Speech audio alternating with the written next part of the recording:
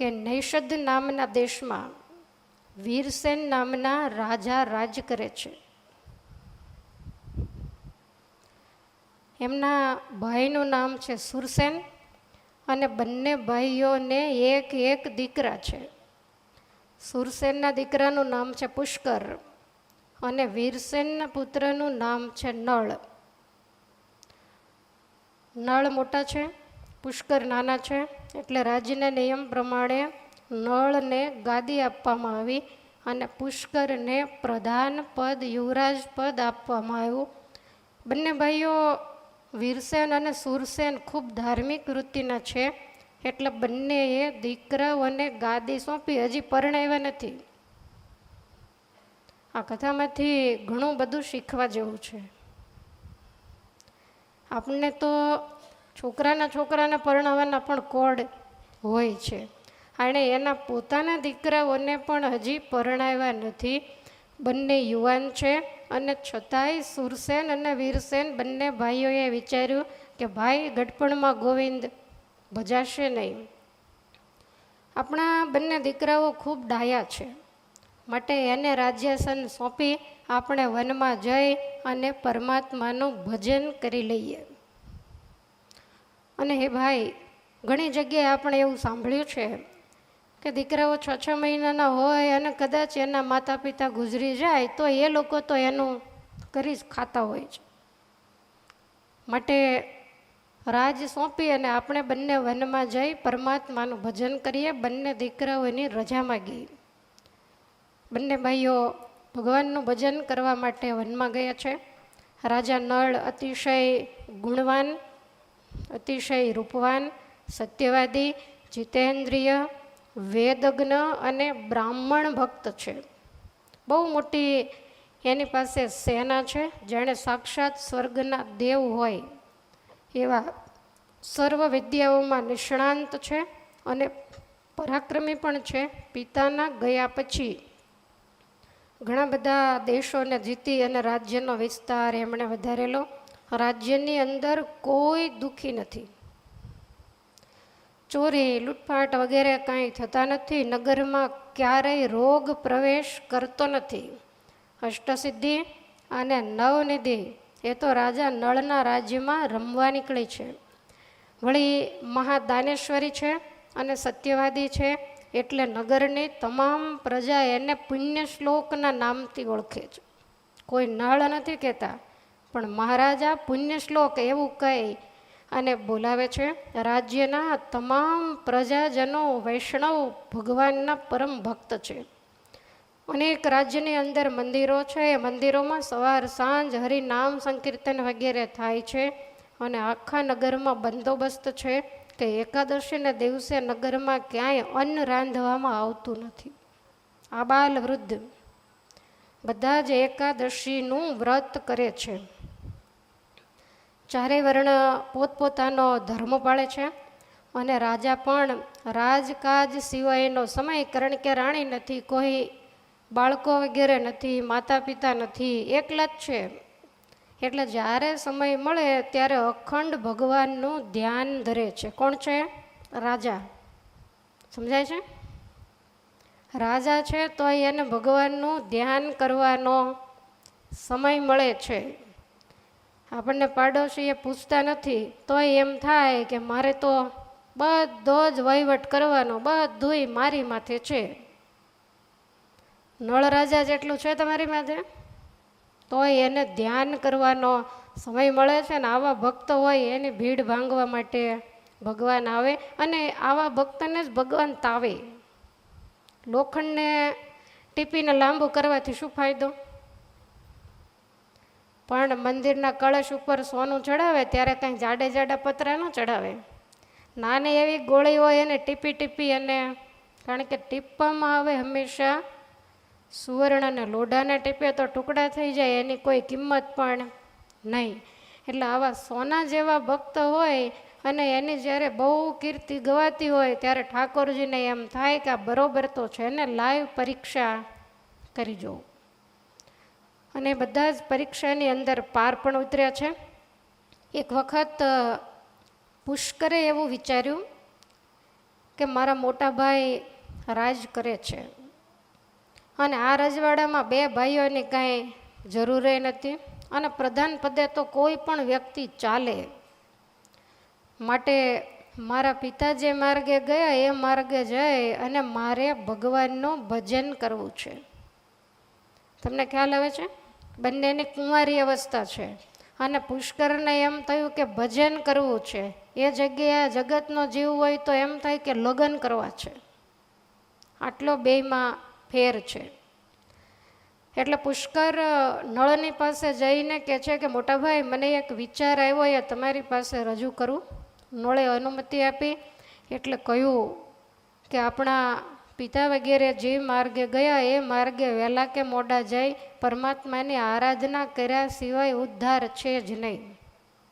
અને તમે બહુ સારી રીતે રાજ્યને સંભાળો છો, પ્રજાને તમારા થકી ખૂબ સંતોષ છે, માટે મારે એવી ઈચ્છા છે કે વનમાં જઈ અને સાધના કરવી. આ શરીરનો તો કાંઈ ભરોસો નથી. નળ એકદમ ઊભા થઈ ગયા, પુષ્કરને બાતમાં લઈ લીધા. ભાઈ, તમે મારા કરતાં નાના છો, વનમાં જવું હોય તો હું મોટો છું એટલે મારે જવાય, હું વનમાં જાઉં અને તમે આ નૈષદ દેશનું રાજ્ય સંભાળો. ત્યારે પુષ્કરે એવું કહ્યું, ભાઈ મને અંતરથી જ વૈરાગ છે, મને રાજ્યમાં કોઈ રુચિ નથી, મને લગ્ન કરવામાં પણ કોઈ રુચિ નથી, માટે હું જ વનમાં જઈશ. નળે ઘણી બધી આનાકાની કરી પણ વૈરાગીના વેગથી પુષ્કરે રજા લીધી. વનમાં જઈ અને એ પરમાત્માનું ભજન કરે છે. નળ સારી રીતે રાજ કરે છે. સમય જતાં રાજાને માટે ઘણી બધી રાજકન્યાઓ માગા મોકલે છે, પણ રૂપ ત્યાં ગુણ નહીં અને ગુણ ત્યાં રૂપ નહીં. આવું દરેક જગ્યાએ જોવા મળે. એટલે નળને ક્યાંય લગ્ન કરવાની ઈચ્છા થતી નથી. એમાં એકવાર નારદજી નળના ભવને પધાર્યા. રાજાએ સ્વાગત પૂજન કરી અને બેસાડ્યા છે. ક્ષેમ કુશળ પરસ્પર પૂછ્યા. પછી નારદજી કહે છે કે હે રાજા, તમારા રાજમહેલમાં કેમ કોઈ દેખાતું નથી? રાજા કહે છે કે મુનિવર, તમે કહેવા શું માગો છો? તો કે સિંહાસન હંમેશા એકલા રાજાથી ન શોભે, પટરાણી પણ હોવા જોઈએ, તો મહારાણી કેમ દેખાતા નથી? ત્યારે નળે માંડીને વાત કરી કે મુનિવર, મેં હજુ લગ્ન કર્યા નથી, મારે લાયક કન્યાનો ક્યાંય મેળ બેસતો નથી, તો આપને કોઈ કન્યા ધ્યાનમાં હોય તો બતાવો. ત્યારે નારદજી કહે છે કે હે રાજા, વિદર્ભ દેશની અંદર ભીમક નામના રાજા છે અને એમને વજ્રાવતી નામના રાણી છે, પતિવ્રતા છે, પણ એમને ત્યાં ઘણાય વર્ષ ગયા કોઈ સંતાન નહોતું. ઘણા બધા યજ્ઞ યાગાદિક વગેરે કર્યા.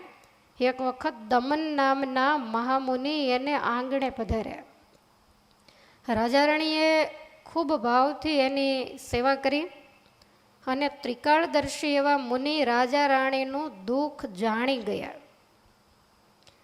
એટલે રાજાને આશીર્વાદ આપ્યા કે તમારે પુત્રની ઈચ્છા હોય એવું મને લાગે છે, તો હે રાજા, તમારે ત્યાં 3 પુત્ર થશે અને 1 પુત્રી થશે, પણ એના નામ તમે મારા નામ ઉપરથી પાડજો. મુનિ ત્યાંથી ગયા અને સમય જતાં એમને ત્યાં 3 પુત્ર થયા. એમના નામ દમન, દંતુ અને દુર્દમન આવી રીતે રાખ્યા. અને ચોથી એક કન્યાનો જન્મ થયો જેનું નામ દમયંતી રાખવામાં આવ્યું છે.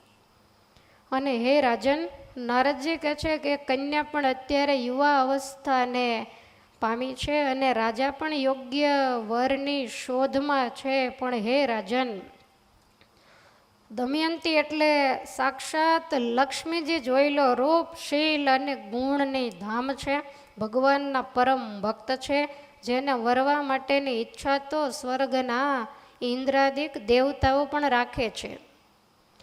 તો એવી એક દેવકન્યા છે. તો રાજન, જો તમારી ઈચ્છા હોય તો હું જઈ અને ભીમક રાજાને અને દમયંતીને સમજાવું. રાજાએ આ પડે કે તમારા જેવા મુનિવર જે કન્યાને શોધે એમાં તો કાંઈ કહેવાનું હોય નહીં. એટલે નારદજી તરત જ ત્યાંથી વિદર્ભ દેશમાં ગયા છે. રાજા ભીમકના દરબારમાં આવ્યા રાજાએ આગતા સ્વાગતા કરી અને પોતાની કુંવરીને પગે લગાડ્યા અને કહે છે કે મુનિવર, આ મારી કન્યા હવે યુવાન થઈ છે, તો આને યોગ્ય વરનું વિધાતાએ ક્યાં નિર્માણ કર્યું હશે? ત્યારે નારદજી કહે છે કે રાજન, તમે નૈષદ દેશના વીરસેન રાજાના પુત્ર નળનું નામ સાંભળ્યું છે? જે અત્યારે રાજ સંભાળે છે. એના રૂપ, ગુણ, ચતુરાઈ એનું વર્ણન કરતા તો બ્રહ્માદિક દેવતાઓ પણ થાકી જાય એવા છે. અને રૂપ તો જોતા જાણે સ્વયં મૂર્તિમાન કામદેવ જોઈ લ્યો. અને આ વાતને દમયંતીએ સાંભળીએ કે રૂપ, ગુણ, સમૃદ્ધિશીલ રાજ્ય બધું જ જેની અંદર હોય તો એવા જ વરને વરવું.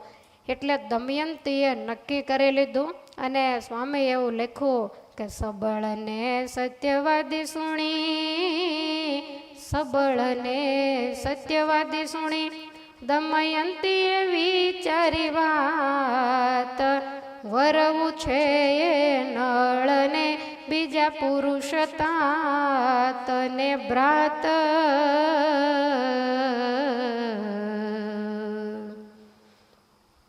આ લોકોની નિષ્ઠા કેટલી બધી જબરજસ્ત હશે. હજી નળને જોયા નથી ત્યાં સુધીમાં નક્કી કર્યું કે વરવું તો નળને અને બાકીના દુનિયાના તમામ પુરુષો પિતા અને ભાઈ સમાન છે. સમજાય છે? આપણે તો ત્યાં ગયા પછી એવું નથી થતું. આપણું રખડું મન જ્યાં ને ત્યાં દોડ્યા કરે છે અને જ્યાં ને ત્યાં આપણી નજર ભ્રષ્ટ બને છે. ઉંમરની સાથે કોઈ લેના દેના નથી. ખાલી યુવા અવસ્થામાં જ આવું થાય એમ નહીં. દ્રષ્ટિને પવિત્ર રાખવી એ કામ તો મોટા જતીનું છે. ભગવાનની ઉપર જેની કૃપા હોય એ જ પોતાની નજરને ક્યારેય પણ બગડવા ન દે. પહેલાં નજર બગડે, પછી મન બગડે ને પછી બધુંય બગડે. માટે દમયંતીએ તો સંકલ્પ જ કરી લીધો કે વરવું તો નળને વરવું. નારદજી કહે છે કે રાજન, તમે સ્વયંવર ગોઠવો અને તમામ રાજાઓને તેડાવો તો એમાં નૈષદપતિ નળ પણ ચોક્કસ આવશે અને તમારી કન્યા એના રૂપશીલને જોઈ અને એને જ વરમાળા પહેરાવશે. રાજાને આ વાત ગમી છે. સ્વયંવર ગોઠવવામાં આવ્યો. દેશ દેશના રાજાઓને આમંત્રણ મોકલ્યા. બધાએ દમયંતીના રૂપ ગુણ સાંભળેલા એટલે તમામ રાજાઓ આવવા લાગ્યા છે. નૈષદપતિ નળને પણ આમંત્રણ હતું. એમણે પણ ભગવાનને હૃદયે ધારી અને જવાની તૈયારી કરી છે. હવે જુઓ, સગપણ કરાવનારા કોણ? નારદજી. અને એની અંદર ડખો કરાવનારા પણ નારદજી. એટલે આપણે નારદ વેડા એવો શબ્દ પ્રસિદ્ધ છે. નારદજીને એમ થયું કે એક રમત કરવા જેવી ખરી, આવું વિચારી અને નારદજી સ્વર્ગપુરીમાં ગયા છે. નિષ્કુળાનંદ સ્વામીએ એની નોંધ લીધી છે. નારદે કહ્યું જયીન્દ્રને, ધર્મ અગ્નિ સોણો વરુણ. નારદે કહ્યું જયીન્દ્રને, ધર્મ અગ્નિ સોણો વરુણ. નારદે કહ્યું જયીન્દ્રને, ધર્મ અગ્નિ સોણો વરુણ. નારદે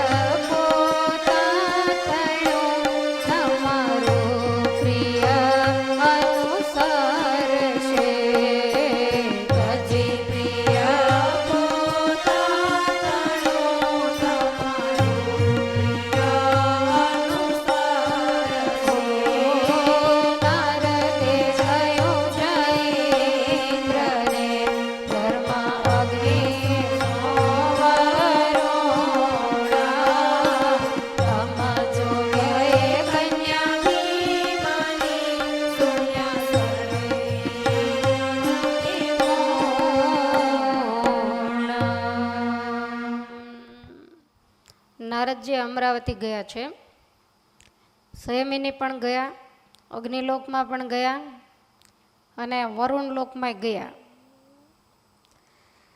ઇન્દ્રને જઈને એવું કહ્યું કે આ ધરતી ઉપર વિદર્ભ નરેશ ભીમક રાજાની કન્યા છે દમયંતી, પણ હે રાજન, તમારા સ્વર્ગની અપ્સરા હોય, ઉર્વશી હોય, રંભા હોય કે મેનકા હોય તો એની આગળ કાંઈ ગણતરીમાં નહીં એવા રૂપ ગુણ અને શીલની ધામ છે.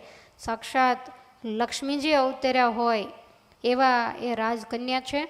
તો તમે તો દેવતા છો, અમરાવતીનું રાજ છે અને કન્યા તો રજવાડું જ જોવે, તો તમે જઈ અને એને વરો તો બહુ સારી જોડી જામે એવું છે. નારદજી જેવા સંત કે એટલે ઇન્દ્રને એમ થયું તો જવા જેવું તો ખરું જ. ઇન્દ્ર કહે છે કાંઈ વાંધો નહીં મુનિવર, સ્વયંવર ક્યારે છે એટલે બધું કહી દીધું કા દિવસે છે. પણ દેવરાજ તમે યાદ રાખજો કે તમે જાશો તો તમને જ દમયંતી વરે એવું નહીં, એણે તો નળને વરવાનું નક્કી કર્યું છે. પણ જો તમે સ્વર્ગના અધિપતિ હો તો એની ટેપ છોડાવીને તમે વરો. અને બેક પંપ મારી અને પછી ત્યાંથી અગ્નિલોકમાં ગયા. અગ્નિદેવ પોતાના સિંહાસન ઉપર સ્વાહાદેવીની સાથે બેઠા છે. એને જઈ અગ્નિદેવે વંદના કરી, મોટા મુનિ જાણીને પૂછ્યું કે મુનિવર આવી રીતે શ્વાસ ભર્યા અને અચાનક કેમ આવી ચડ્યા? તો કહ્યું કે તમારા હિત માટે આવ્યો છું. વિદર્ભ નરેશ ભીમકના રાજકન્યા દમયંતી એ તમારે યોગ્ય છે, એની આગળ આ સ્વાહાદેવીનું રૂપ વળી શું? બધા દેવીઓ તો સામે ને સામે જ જોઈ રહ્યા, સાધુ થઈને કરે છે શું?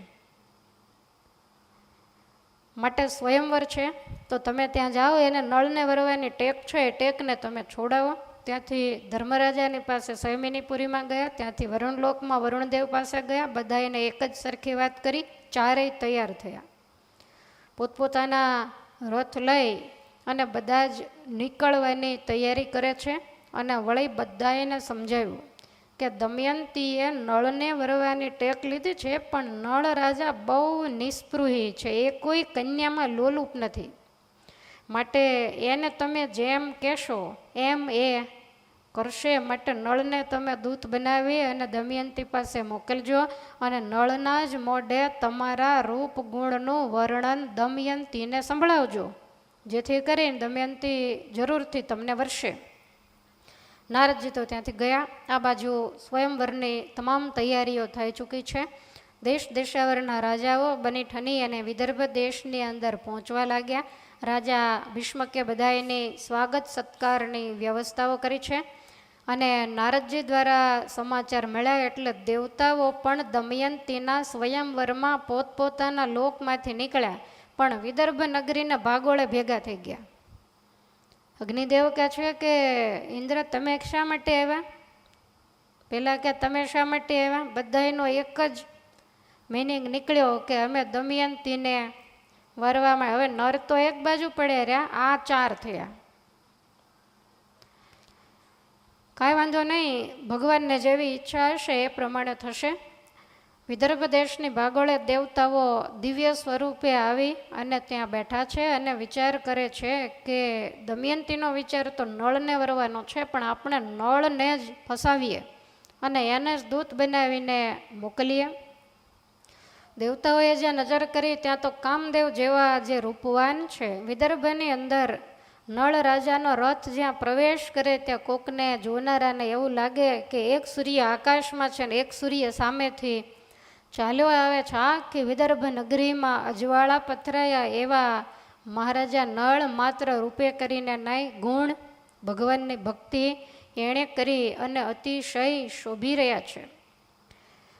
નળની અલૌકિક રૂપ સંપત્તિ વગેરેને જોતા દેવોને આશ્ચર્ય થયું, કોઈને પૂછ્યું નથી અને ખ્યાલ આવી ગયો કે આ જ નળ હોવા જોઈએ. એટલે નળને એમણે તરત નીચે ઉતરીને રોક્યા અને કહ્યું કે હે નૈષદપતિ, અમે સાંભળ્યું છે કે તમે બહુ સત્યવાદી છો, તમે પ્રતિજ્ઞા કરો એને ક્યારેય તોડતા નથી, તો અમારે તમારી મદદની જરૂર છે, તો તમે અમને મદદ કરી શકશો?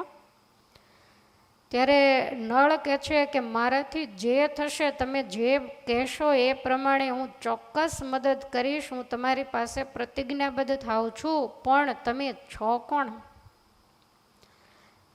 અને મને તમે કયું કામ સોંપવા માગો છો? ત્યારે ઇન્દ્ર કહે છે કે અમે બધા દેવતાઓ છીએ, હું સ્વયં અમરાવતીપતિ ઇન્દ્ર છું, આ અગ્નિ છે, આ વરુણ છે, આ યમરાજા છે, અને અમે દમયંતીના સ્વયંવરમાં એને વરવા માટે આવ્યા છીએ. તો તમારે અમારું કામ કરવાનું છે શું? તો કે અમારા દૂત બની અને તમે દમયંતીની પાસે જાઓ અને એને એમ કહેજો કે ઇન્દ્ર, વરુણ, અગ્નિ અને યમદેવ તમારી સાથે લગ્ન કરવા ઈચ્છે છે, તો એમાંથી તમને જે ગમે એક વરને તમે પસંદ કરી લેજો. ત્યારે નળ બે હાથ જોડીને કહે છે કે આ વસ્તુ તો કેમ બને, કારણ કે જે કામ માટે તમે આવ્યા છો એ જ કામ માટે હું આવ્યો છું. તમે જેમ સ્વર્ગના રાજા છો, તમે જેમ દેવ છો, તો એવી રીતે હું પણ નૈષધનો રાજા છું અને હું પણ સ્વયંવરની અંદર એક રાજા તરીકે કન્યાને વરવા માટે આવ્યો છું. તો હું કોઈનો દૂત બનીને તો એક કન્યા પાસે કેવી રીતે જાઉં? ત્યારે દેવતાઓ કહે છે કે તમે અગાઉ અમારી સામે પ્રતિજ્ઞા કરી હતી ને કે તમે જેમ કહેશો એમ કરશું, અને તમે સત્યવાદી કહેવાઓ છો ને પાછા આજ ફરી ગયા. નળને એમ થયું કે હવે શું કરવું? દેવતાઓ કહે છે કે જલ્દી જાઓ. ત્યારે નળ કહે છે કે કન્યાનો જે રાજમહેલ હોય ને ત્યાં તો ભીમક રાજાનો કડક બંદોબસ્ત અને ચોકી પહેરો હોય, ત્યાં મારાથી કેમ જવાય? ત્યારે ઇન્દ્ર કહે છે કે અમારા પ્રતાપે જવાશે, કોઈ તમને રોકશે નહીં, કારણ કે ચોકીદારો તમને દેખશે જ નહીં. નળ કહે છે કે કાંઈ વાંધો નહીં, અને તરત જ નળ રાજાએ પ્રવેશ કર્યો. ઘણા બધા ચોકીદારો હતા પણ કોઈને નળ દેખ્યામાં આવ્યા નહીં, અને રાજમહેલની અંદર ગયા. દમયંતીના જે સખીઓ હતા એણે નળને જોયા, પણ આખો રાજમહેલ એના તેજે કરીને ઝળહળે. બધી સખીઓને તો આંખો બંધ થઈ ગઈ. આપણને નવાઈ લાગે, કેવા કહેશે કે જેના તેજે કરીને આંખો બંધ થઈ જાય. દમયંતી રાજકન્યા છે એટલે સખીઓ તો કાંઈ બોલ્યા નહીં, પણ દમયંતીએ કહ્યું કે રાજકુમાર, આ રાજકન્યા અને કુંવારી કન્યાનો મહેલ, મારા પિતાનો કેવો કડક બંદોબસ્ત, અને તમે અહીંયા આવ્યા કેવી રીતે, પહેલાં તો એ બતાવો. ત્યારે નળ કહે છે કે હું આવ્યો, મને કોઈએ રોક્યો નથી, અને હું તો દેવતાઓનો દૂત બનીને આવ્યો છું. આ કહે છે કે તમારો પરિચય તો આપો. તો કે તમારો પરિચય, હું તો દૂત છું, દૂતનો પરિચય લઈ અને રાજકન્યાને શું કામ હોય, પણ હું સંદેશો લઈને આવ્યો છું, માટે હું તમને સંદેશો આપું છું. સ્વામીએ અહીંયા લખ્યું છે, નળે કહ્યું દમયંતીને ઇન્દ્ર અગ્નિ ધર્મ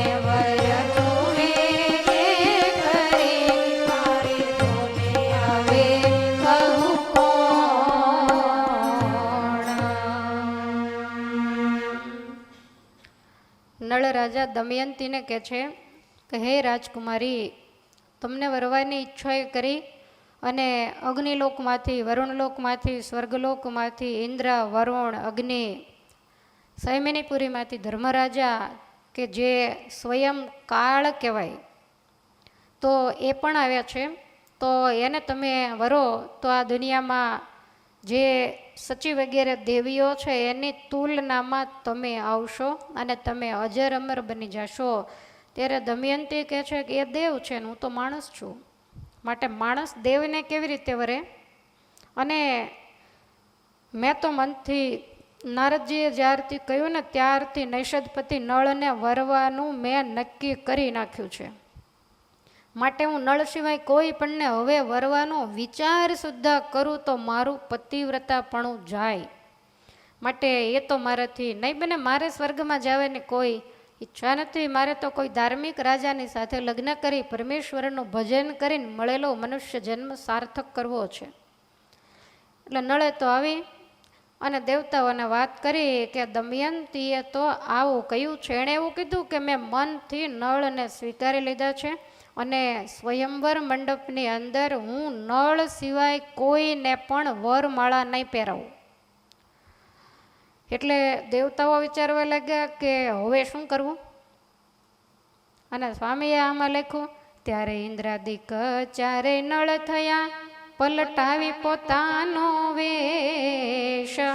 નિષ્કુળાનંદ કહે નાથ સમરી, આવ્યા ત્યાં નળ નરેશ.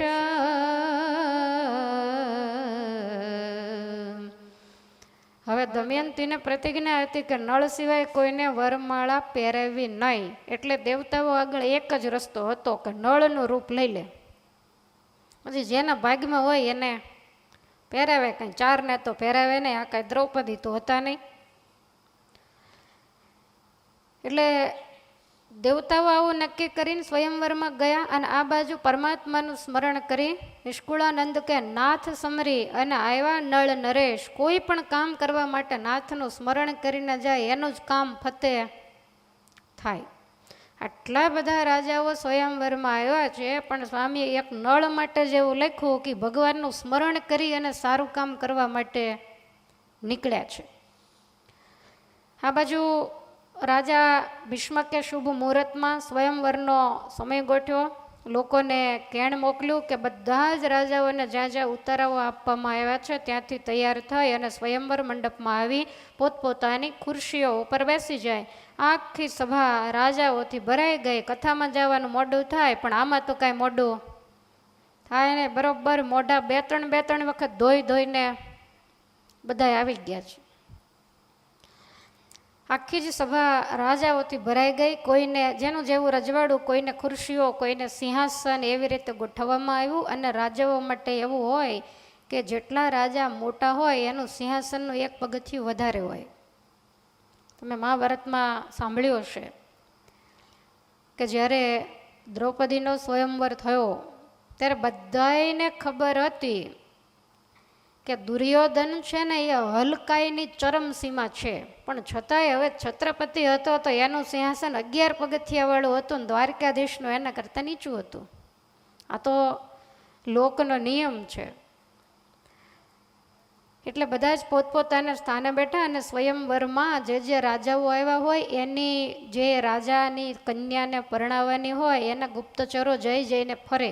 એના માણસોને પૂછે કે કયા ગામથી આવ્યા છો, નામ શું છે, એના વડવાઓની વંશાવલી નામાવલી શું છે, એણે કેવા કેવા મોટા કામ કર્યા છે, આ બધું જાણે.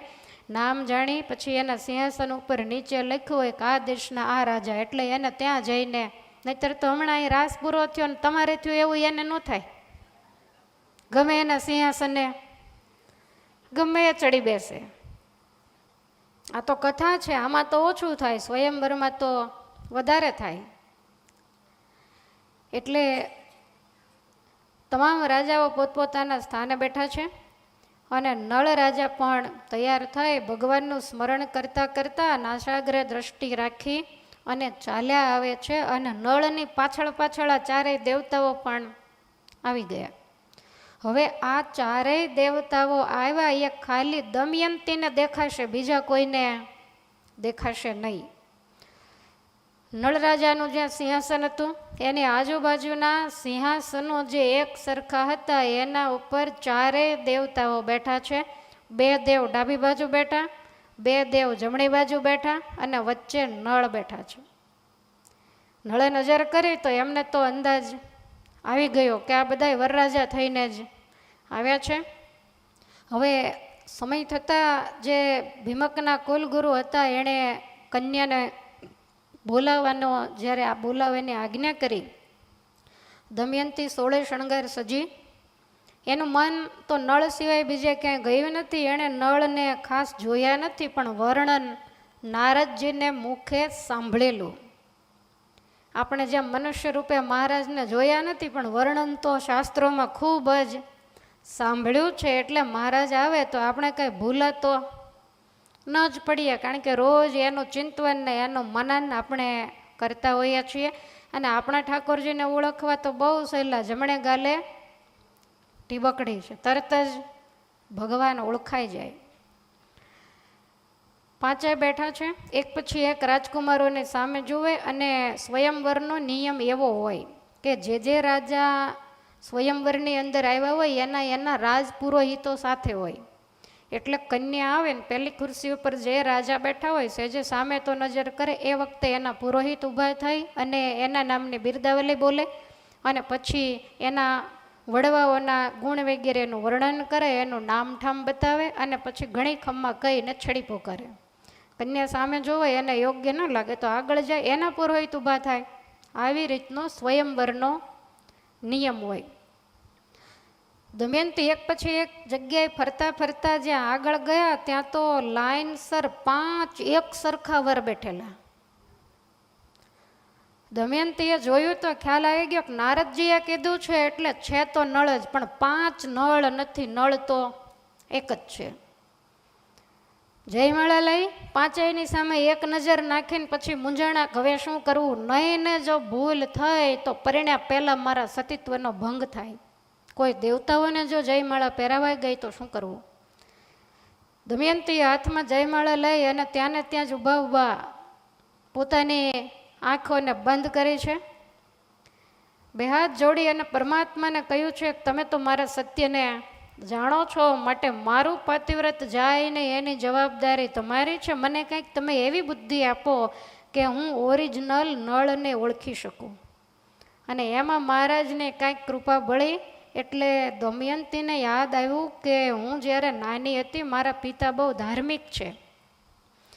એટલે અનેક સાધુ સંતો ઋષિમુનિઓ જ્યોતિષીઓ વગેરે આવતા હોય ને એકવાર ચર્ચા થતી અને હું સભાની અંદર બેઠેલી ત્યારે એ જ્યોતિષી એમ કહેતા કે માણસ અને દેવતામાં બહુ ભેદ હોય અને એની ઘણી બધી નિશાનીઓ બતાવેલી, તો એના ઉપરથી ખબર પડે કે આ માણસ છે અને આ દેવતા છે. એટલે ભગવાનની ઈચ્છાથી યાદ આવ્યું કે એ ભૂદેવ એવું કહેતા હતા કે દેવતાઓના શરીર ઉપર ક્યારેય પરસેવો ન વળે. એટલે આમ જોવા માંડ્યા તો ખ્યાલ આવી ગયું કે આ જે વચ્ચે બેઠા છે એના મોઢા ઉપર થોડાક પ્રસ્વેદ બિંદુ દેખાય છે, બાકીનાને તો કોઈને પરસેવો નથી. અને બીજું કે જે દેવ હોય ને એ મટકાનું મારે, એની પાપણો સ્થિર હોય અને માણસ સ્થિર રાખવા માટે મથે તોય રહે નહીં અને થોડી ઘણી રહે તો દુનિયા એને ગાંડો માને, શું એક ધારો સામું જોઈ રહ્યો છે. એટલે દમયંતીએ 5ની સામે જોયું તો પહેલાં 4ની પાપણ્યો સ્થિર છે અને નળ રાજા વારે વારે મટકા મારે. આપણે આગળ જનકની કથામાં વાત આવી ગઈ કે એમના વડવા નિમિ એ આંખની ઉપર બેઠા, ખાલી માણસની દેવતાઓ એની નહીં. એટલે આપણી આંખો સ્થિર રહે જ નહીં, ખોલ બંધ થયા કરે. એટલે એ પણ ખ્યાલ આવી ગયો. પછી જોયું કે બધાએ 5 એક જ સરખી ફૂલની માળા પહેરી છે, પણ નળના ગળામાં જે માળા છે એના ફૂલ સહેજ કરમાયેલા ને પહેલાં તો એકદમ એવા ને એવા, કારણ કે દેવના ગળામાં માળા ક્યારેય પણ કરમાય નહીં. આ વાત પણ એને નાનપણમાં સાંભળેલી. શરીર ઉપર જોયું તો માણસનું શરીર હોય એને ગમે એટલું ચોખ્ખું કરીને તમે રસ્તામાંથી ચાલીને આવો તો જે રૂપના પારખું હોય ને એ આપણા શરીર ઉપર રહેલી રજને પણ પારખી જાય. 5ની સામે જોયું તો નળના શરીર ઉપર થોડી થોડી રથમાં બેસીને વગેરે આવ્યા હોય તો રજ ચડેલી અને દેવતાઓના શરીર બિલકુલ ચોખ્ખા. દમયંતીને ખ્યાલ આવી ગયો કે વધારે પાકું થયું અને છેલ્લી નિશાની યાદ આવી કે 5 સિંહાસન ઉપર બેઠા છે. તો વચ્ચે બેઠા એકનો જ પડછાયો પાછળ પડે, 4નો પડછાયો પડતો નથી. માટે માનો ન માનો નળ આ વચ્ચે બેઠા છે એ જ છે. હવે આવું નક્કી કરી અને ભગવાનને યાદ કરી અને વચ્ચેના સિંહાસન ઉપર બેઠેલા નૈષદપતિના ગળામાં વરમાળાઓ પહેરાવી દીધી. આકાશમાંથી દેવતાઓએ પુષ્પની વૃષ્ટિ કરી અને જય જયકાર કર્યા છે. ધન્ય છે ભીમકની દીકરીને કે જે દેવતાઓની વચ્ચેથી નળ રાજાને ઓળખી ગયા. અને દેવતાઓની સભામાં પણ ઘણો બધો ઘોંઘાટ થઈ ગયો. દેવતાઓ મૂળ રૂપમાં આવી ગયા અને દમયંતીને કહેવા લાગ્યા કે અમે તને વરવા માટે નહીં, તારા સત્યની કસોટી કરવા માટે આવેલા અને સારધાર તમે એમાં પાર ઉતર્યા છો. દેવતાઓએ નળને પણ બહુ ધન્યવાદ આપ્યા. બંનેને એવું કહ્યું કે તમારે જે જોઈએ તે અમારી પાસેથી વરદાન માગી લો. નળ રાજાને માગવાનું કહ્યું એટલે નળ રાજા 4 દેવતાઓ પાસેથી વરદાન માગે છે. કમળ માળ આપી સુરરાયે લક્ષ વરસે નાવ સુકાયે. કમળ માળ આપી સુરરાયે લક્ષ વરસે નાવ સુકાયે. કમળ માળ આપી સુરરાયે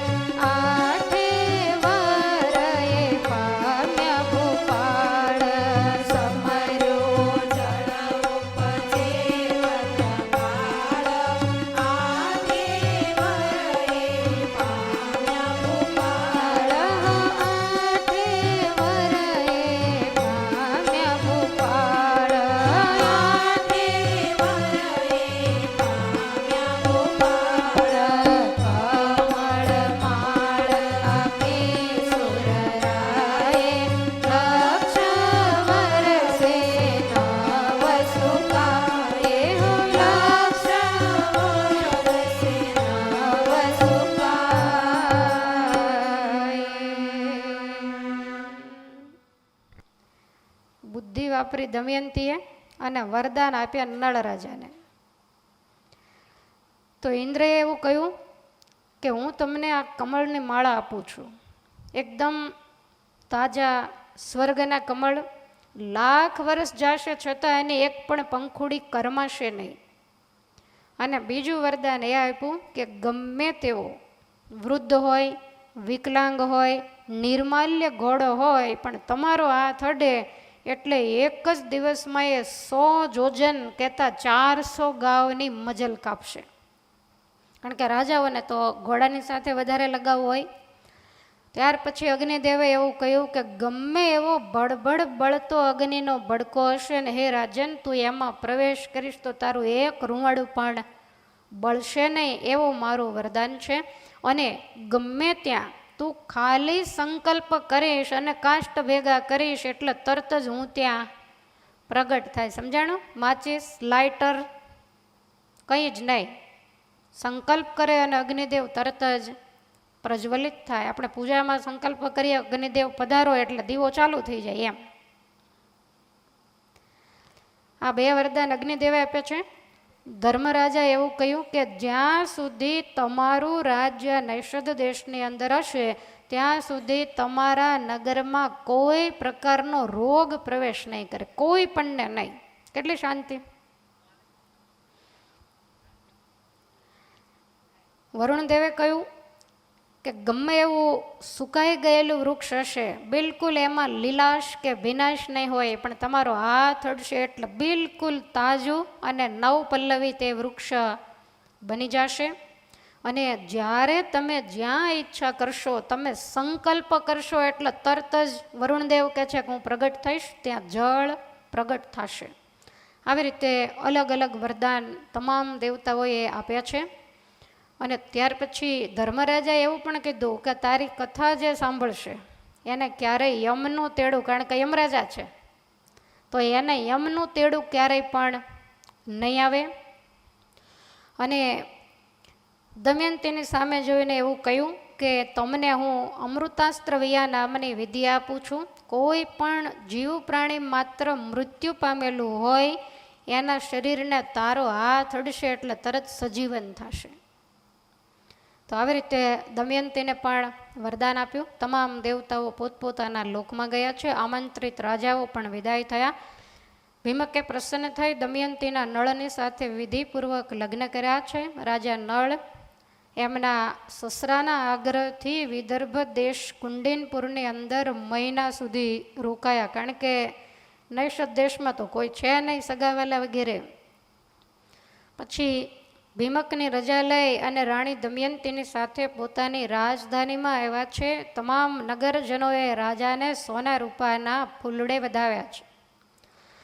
ધર્મ અનુસાર પ્રજાનું પાલન કરે છે. અશ્વમેઘ વગેરે ઘણા યજ્ઞો કર્યા છે. સમય પછી સમય જતાં દમયંતીના ઉદરથી એક પુત્ર અને એક પુત્રીનો જન્મ થયો છે. પુત્રનું નામ ઇન્દ્રસેન અને પુત્રીનું નામ ઇન્દ્રસેના રાખવામાં આવ્યું છે.